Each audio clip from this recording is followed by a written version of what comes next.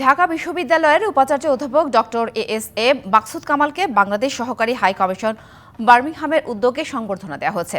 Birmingham থেকে জয়নাল ইসলাম জানান, the association of Commonwealth universities, university college London, Cardiff university এবং Birmingham city ইউনিভার্সিটির আমন্ত্রণে এসিও ভাইস চ্যান্সেলর সামিটে যোগ দিতে যুক্তরাজ্য সফর করছেন মাকসুদ কামাল। সংবর্ধনায় বিভিন্ন উচ্চ শিক্ষা প্রতিষ্ঠানের ঊর্ধ্বতন কর্তৃপক্ষ, সরকারের উচ্চ পদস্থ কর্মকর্তা ও কমিউনিটির বিশিষ্টজনদের উপস্থিতিতে সভাপতিত্ব করেন সহকারী হাই কমিশনার মোহাম্মদ আলিমুজ্জামান।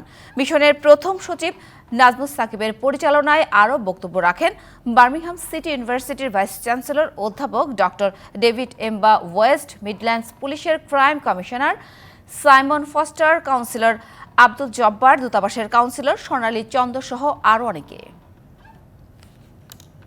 নগদে ৫০০ টাকা বা তার বেশি পেমেন্টে পেতে পারেন ঢাকায় জমিসহ ২০ কোটি টাকার পুরস্কার।